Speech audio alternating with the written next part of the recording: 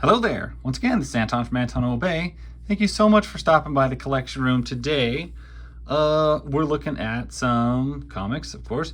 And these are AC Comics. This is new stuff. Kinda. It's new stuff published. This is Harrow in Heaven 3 and 4 and Cauldron of Horror number 4. And I've come across one issue of Harrow in Heaven before. And what they are classic stories, I'm reading off the front blurb, classic stories of vintage 1940s heroin in full color. So these are comics, these are all reprints, but these are reprints from the 1940s in color, brought up to a modern look, at least somewhat, with the color, but they are all original.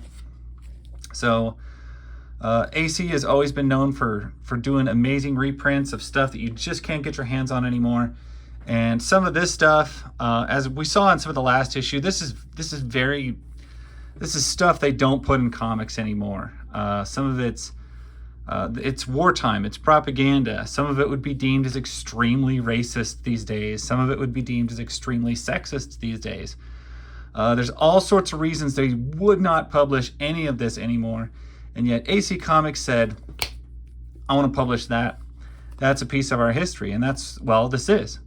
There is some cultural stuff in here that does not translate to the modern era very good. But if you have any concept of history, this is pretty much how it's always been and how it's always going to be in hindsight. So that in mind, I'm going to go ahead. They're starting off with Golden Girl. This was a hero from the 40s. Of course, they all were. Some of them would have had their own books. Some of them would have had their own titles. A lot of them would have just appeared in like collab books or anthology books where they just, you'd have like an assortment of stories.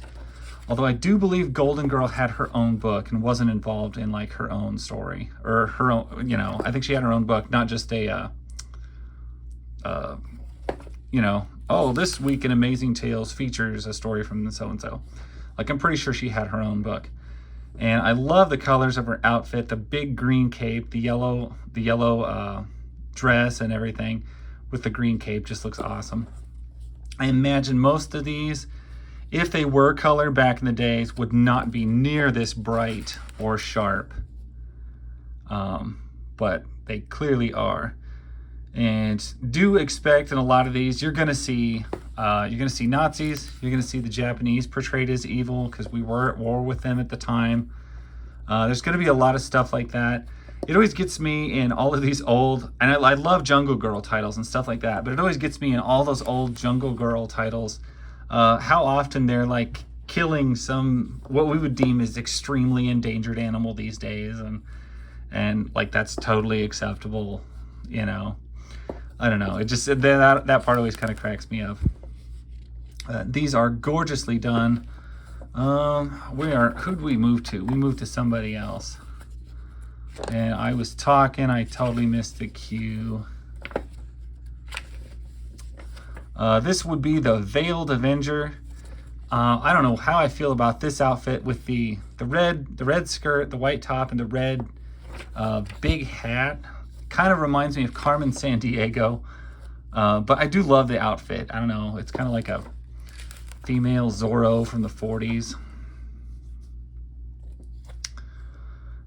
We move on. We've got Spirit of Old Glory, USA. I'm not familiar with this one. Some of these I have heard of. There's like Liberty Bell and Golden Girl, and some of that I'm aware of. Some of these I'm not. I'm not aware of this gal. I've never seen any of her books before. And some of these, they're public domain. They've been covered eons ago. She has a very, very large forehead. That's one thing I'm noticing. And these are vintage panels. You're not going to see anything really exciting. You got a 9 square block of panels going on. And that's what you're going to usually have on a lot of these.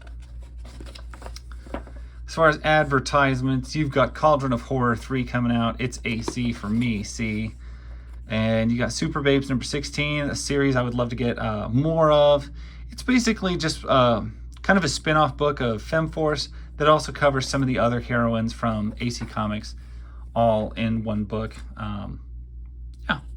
And then, of course, their Heroine Heaven. All good girls go to Heroine Heaven. Basically is just a reference to the good girl art. If you weren't aware of that, which, you know, if you're looking at this video, you're probably aware of the phrase good girl art and its prominence in the 40s and 50s. And of course, Heroine Heaven is playing up to that. And these are Heike covers. Man, he is still running strong with this company. If you've noticed, all through the history of all the Femforce comics I've gone through, Heike's name comes up a lot. But he's still there. This is issue number 4. Same blurb on the cover. It's the same premise. These are classic stories of vintage 40s heroines in full color. And usually they'll give you a breakdown of when this was originally published, each story. And they're going to be, well, most of the time they're pre-45, because, I mean, that was the time of World War II. The end would have been like 42? 43, somewhere in there. Might have been a little later than that. I can't remember the exact timeline. I know we dropped, I know the bombing of Japan was, I think, in 1942. If I remember my history right. If I am wrong, I am embarrassed.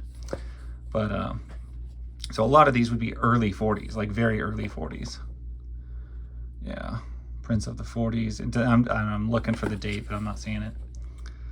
But I would think she would be cold, because she's got full sleeves and a turtleneck, but short pants in the Arctic. Well, that's an axe now.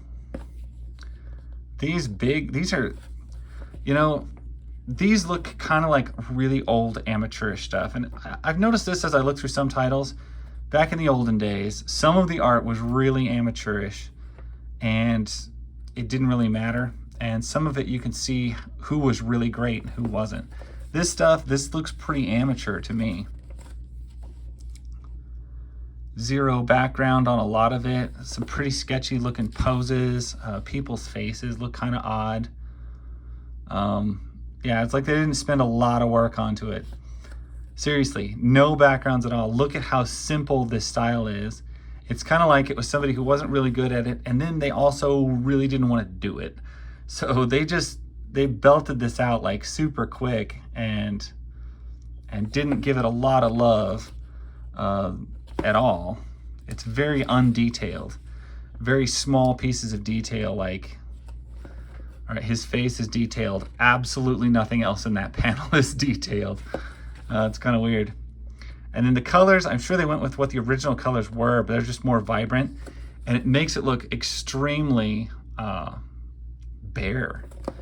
I don't know why the car has a yellow fender in this one, or why it's green and yellow there. It's blue and yellow here. The car there is blue. I'm not sure what's going on. It looks like a mistake, but it looks like one that probably they just carried over from the original. 'Cause I'm sure the original was probably a mistake as well. Once again, people drawing fire who don't know how to draw fire. And yeah, some of that, and it just doesn't look very good. It's just not that good. And then see you jump from a book like that to Diana the Huntress. Look at the detail in that. Art by Leo Mori. Looks like he actually cared. I'm gonna, not to like bash on anybody, I'm gonna go back and take a look and see who this actually was that did this book, because it's not Wilson Locke, and that's just the writer. I don't see an artist for it, so maybe he did both. Yeah, I'd say art was not a strong point, but you see the vast difference. Look at immediately that opening page from the next book. Somebody worked way harder. And this is 1944, originally published 1944.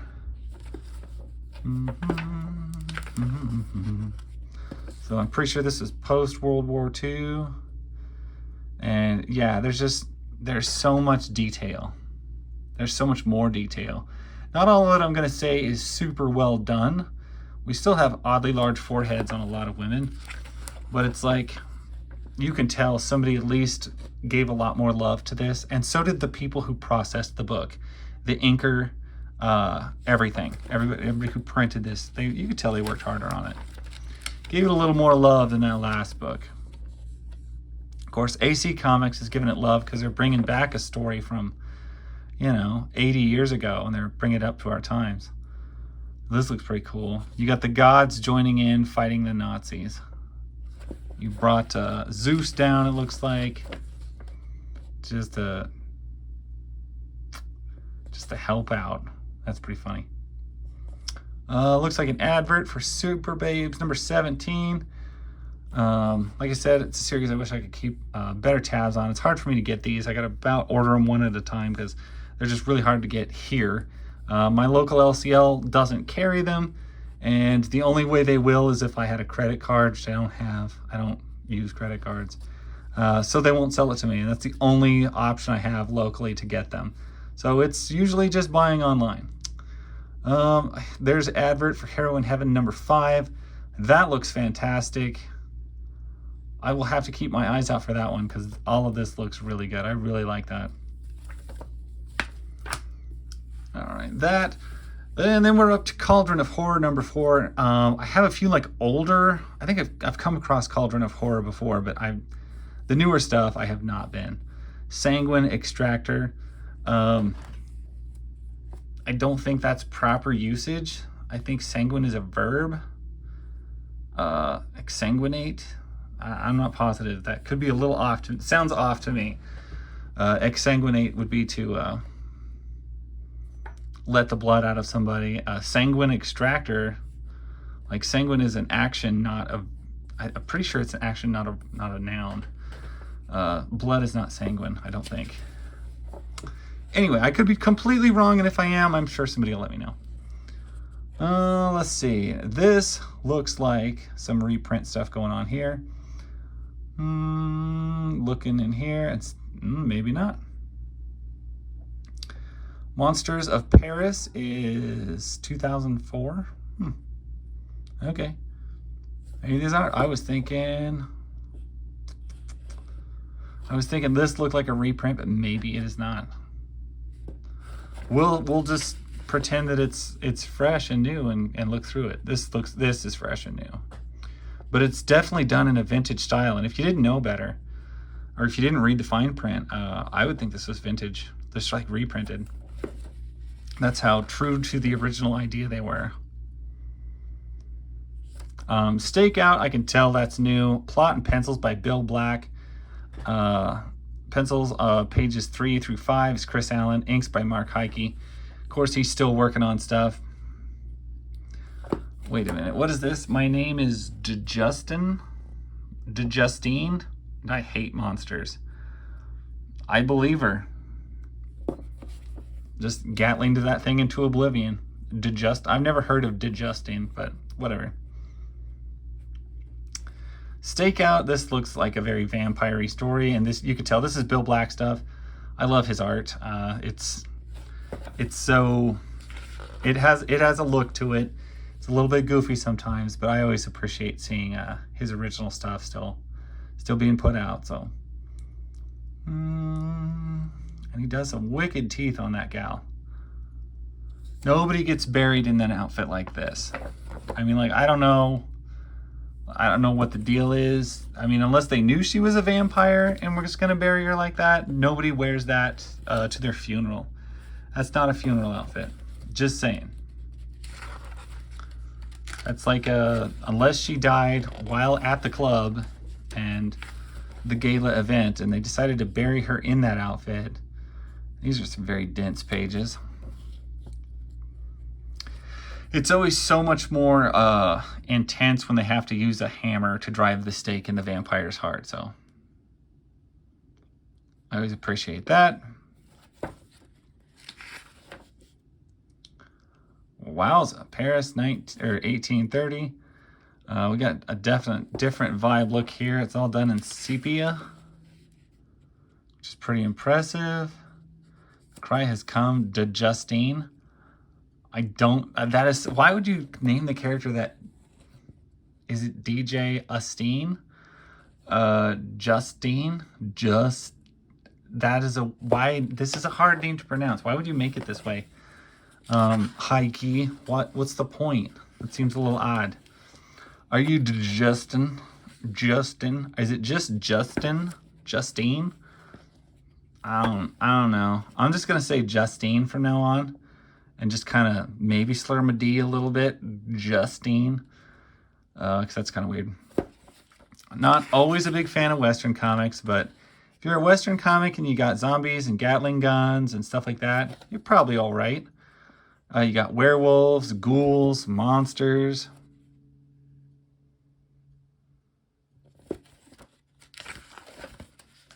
They shouldn't have showed her they were monsters. Didn't they hear her catchphrase?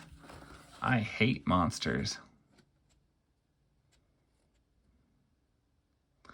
Well, how are you going to get paid now? You killed everybody and everything in town. Oh well, I guess if you hate monsters, it works out. Another ad for Heroin Heaven number 5. FemForce 204. Definitely on my list to get. I'm trying to maintain the modern issues from 200 on. It's not going to be easy, but I am striving for it. I wish they had like a subscription I could get my hands on, but I so far have not been able to get a lock on that. Same way with Super Vapes. I'd totally have a subscription to these if I could. It's just can't. Cauldron of Horror number 5. Might be one I have to track down because you got a big evil squid on the cover, and I do love cephalopods, as you may know. So anyway, that is my haul. I got these in the mail a few weeks back. Thought I'd share those. They're a lot of fun. I definitely recommend the Heroin Heaven books. If you're into maybe not the height of storytelling, but a little piece of history when it comes to owning something that is so old, kind of reprinted. There's no way I could ever afford or find these stories originally. So I'm very grateful to AC Comics for bringing them up to the modern era into something I could actually purchase. That said, that's plenty of time spent on 3 comics, but I do love these. Thank you so much for watching. If you want to check any more of these out, I got a whole bunch of AC comic videos I've done, including FemForce 1 through 100, and I'm working on the up closes right now. So that's my story. Thank you guys for watching. I will catch you guys later. Bye.